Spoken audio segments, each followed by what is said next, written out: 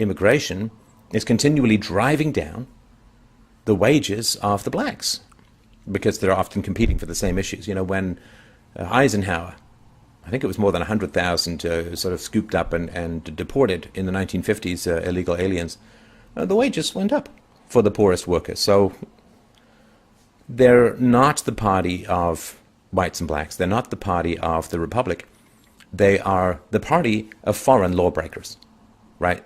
They're the party of foreigners who are generally criminals because they come into the country illegally. So, oh, they're in search of a dream. You know, hey, everyone's in search of a dream. I'm in search of a dream called waking up from this nightmare these days. Everyone's in search of it. Oh, well, you see, I don't want to, someone could say, well, I didn't want to pay my tax bill. You see, because I have a dream to open a restaurant. So someone could say, I'm going to rob a bank because I have a dream of starting a daycare and I need my seed money. You can have a dream. How about you don't break the law to pursue your dream? Well, I don't care, right? So the Democrats, it's like an occupying party. They represent foreign lawbreakers. And because that's their avenue of path to power. And this is the thing, too. Like, I mean, I'm sure you're feeling this way, too. Like, I put a lot of energy into elections recently. I put a lot of energy into Brexit. What's happening? Well, I mean, Trump's done some good stuff. Don't get me wrong. I mean, a lot of conservative judges been put into power, which is countering the activist judges of the left.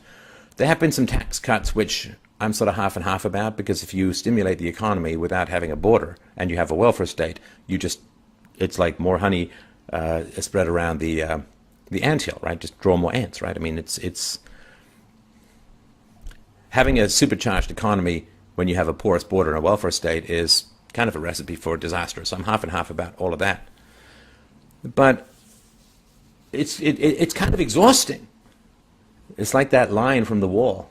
After all, it's not easy beating your heart against some mad bugger's wall. I mean, you're trying to remote control the government with rhetoric and tweets and articles and speeches.